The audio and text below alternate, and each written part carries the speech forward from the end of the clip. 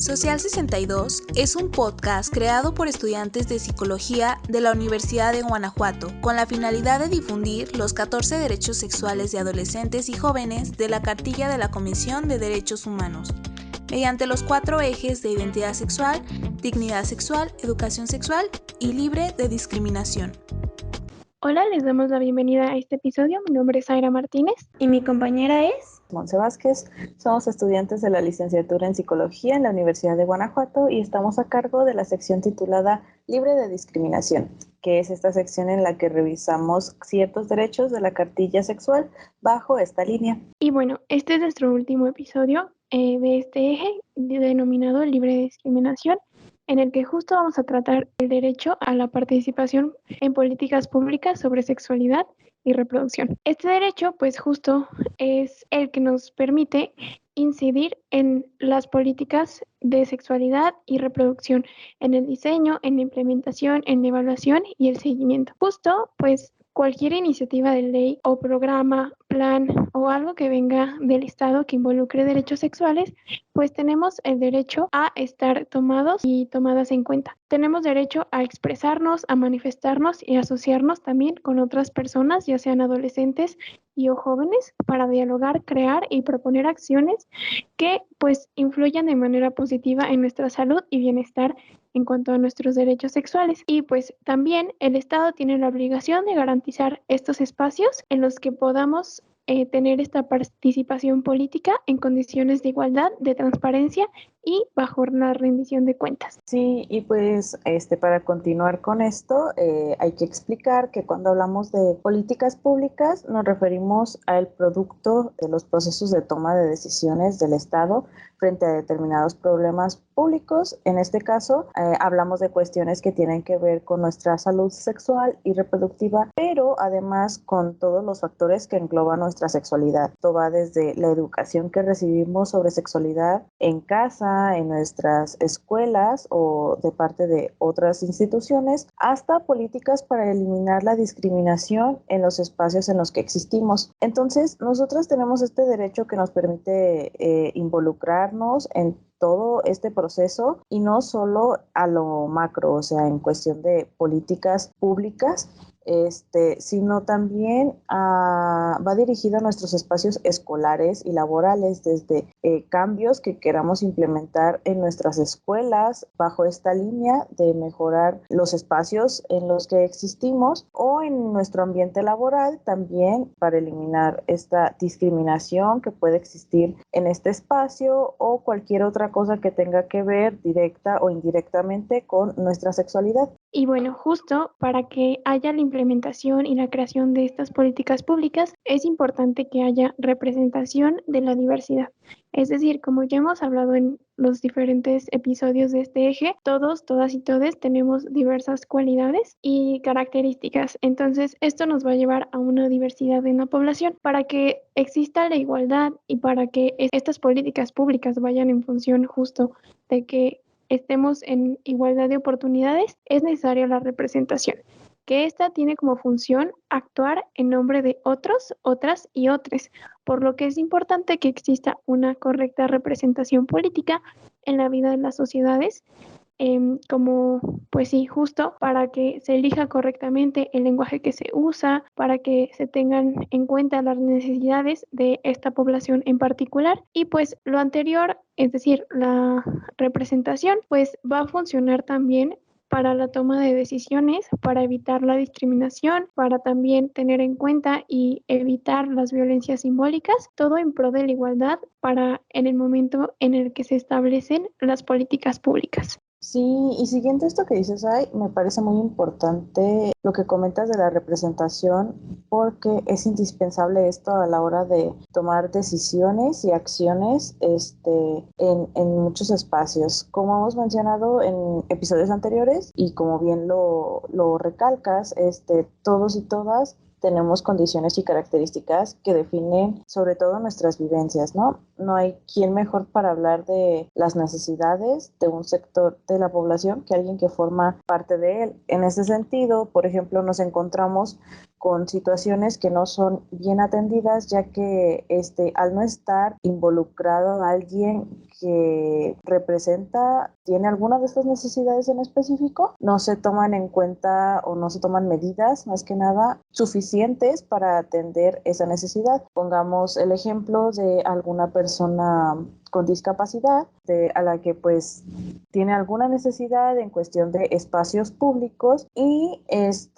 pues no puede acceder bien o de la manera adecuada a servicios o a los espacios porque al momento de tomar decisiones en cuanto a la construcción o la planificación de espacios, nunca se tomó en cuenta el punto de vista o la perspectiva de una persona que realmente va a hacer uso de estas instalaciones. Entonces no están bien planificadas o bien estructuradas cuestiones como rampas o cualquier cosa que tenga que ver con la accesibilidad a los sitios o a los espacios. Entonces esto termina por dificultar aún más pues el acceso a alguna persona que tenga discapacidad motriz en este caso. Lo mismo pasa con cuestiones como en cuanto a políticas, o sea, si no hay alguien representando las características o las vivencias que cierto sector de la población tiene, pues terminamos por caer en este incumplimiento o esta deficiencia en cuanto a, pues sí, al uso que tienen o a su propósito.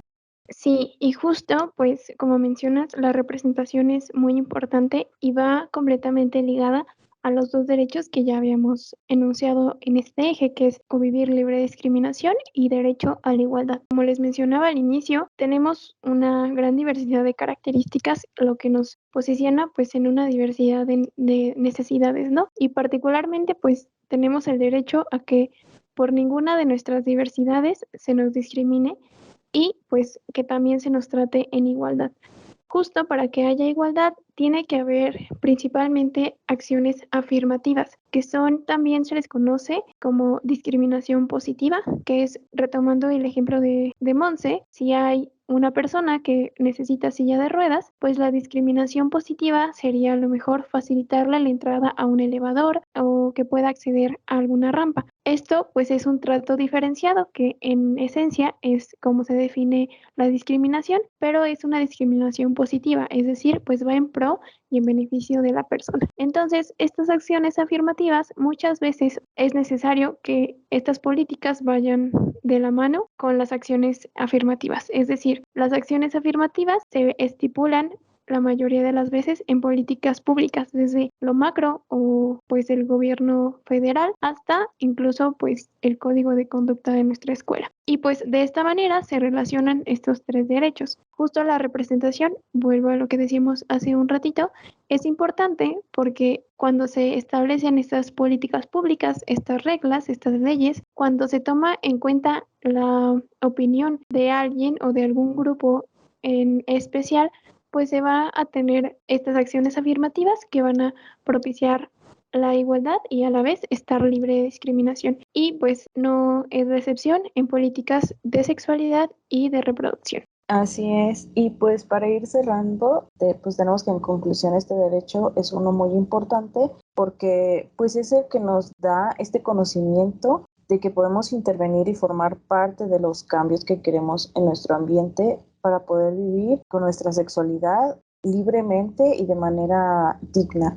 Y pues sí, exactamente, o sea, en conclusión, tenemos que este derecho es uno muy importante, ¿no? Porque pues es el que nos da este conocimiento de que podemos intervenir y formar parte de los cambios que queremos en nuestro ambiente para poder vivir nuestra sexualidad libremente y de manera digna. Del mismo tiempo, y para ir cerrando con este episodio, y ya que es el último en cuanto a nuestro eje, quisiéramos hacer una recopilación como de estas conclusiones generales que queremos dejar de todo este eje que fue pues el vivir libre de discriminación. Para empezar, pues tenemos que los tres derechos abordados tienen como principal fundamento la libertad de expresar nuestra identidad sexual y cualquier otra sin que ello represente alguna forma de exclusión en cualquier espacio o que limite nuestra participación en estos. Recordemos que nuestros 3 derechos abordados fueron el vivir libre de discriminación, el derecho a la igualdad y este último que es el de la representación política. También tenemos que pues absolutamente todos y todas merecemos respeto incondicionado por el simple hecho de ser seres humanos independientemente de cualquier característica o aptitud que pudiéramos poseer, como todas las que anteriormente hemos mencionado, nuestro género, raza, orientación sexual y etcétera, etcétera. También tenemos que se deben garantizar que podamos vivir libres de prejuicios y estereotipos que obstaculicen nuestras capacidades y prácticas, así como nuestra igualdad al acceso en derechos ante la ley. También recordar que tenemos derecho a expresarnos, a manifestarnos, a asociarnos con otras personas para dialogar y crear y proponer acciones positivas que contribuyan a nuestro bienestar. Y sobre todo, recalcar que el Estado debe garantizar que las políticas públicas respondan a nuestras características y necesidades particulares, así como brindarnos estos espacios y mecanismos para el cumplimiento de todos y cada uno de nuestros derechos. Y pues, sin más, finalmente hacer énfasis en la importancia que tenemos de identificar cuando nuestros derechos están siendo vulnerados. Del mismo modo y al igual que en todos los episodios anteriores, les vamos a recordar que les brindamos esta información para que la vulneración de este derecho, es decir, información para poder realizar una denuncia en caso de que estén atravesando por ello. Y pues siguiendo esta línea, les recordamos ante cualquier vulneración de este derecho, tienen la opción de denunciarlo, particular que es el derecho a la representación y participación en políticas públicas. El IE, que es el Instituto Electoral del Estado de Guanajuato, nos da la opción de realizar una denuncia mediante comparecencia de manera escrita, siguiendo los pasos propuestos que tienen en una guía de la cual vamos a estar dejando el link aquí abajo en la descripción del video para la atención a la violencia política contra las mujeres. Esto es en razón de género y del mismo modo, en razón de género, el INE proporciona un formato que contiene los elementos básicos a considerar en una queja o denuncia por conductas que puedan constituir violencia política contra las mujeres. Estos 2 links los vamos a estar colocando aquí en la descripción. Y bueno, también como en cada episodio, les recordamos que también les dejamos datos para la contención psicológica en la caja de descripción. Justo tenemos el call center de la UNAM y también la línea telefónica de ayuda en salud mental que también cuenta con un chat en línea 24 horas. Así es. Y pues nada, les agradecemos una vez más que hayan escuchado este último episodio y les invitamos a que si no lo han hecho, escuchen los episodios anteriores de este eje que es vivir libre de discriminación. Si no lo han hecho también, pues compañeros y compañeras están abordando los demás derechos de la cartilla de derechos sexuales de la CNDH, igual en este mismo canal. Y ahí están las listas de reproducción para que escuchen los episodios de cada uno de sus ejes. Les agradecemos mucho que nos hayan escuchado. Hasta luego. Te recordamos visitar en línea la cartilla de los derechos sexuales de adolescentes y jóvenes de la Comisión Nacional de la CNDH y te invitamos a escuchar los otros episodios donde hablamos de cada uno de ellos.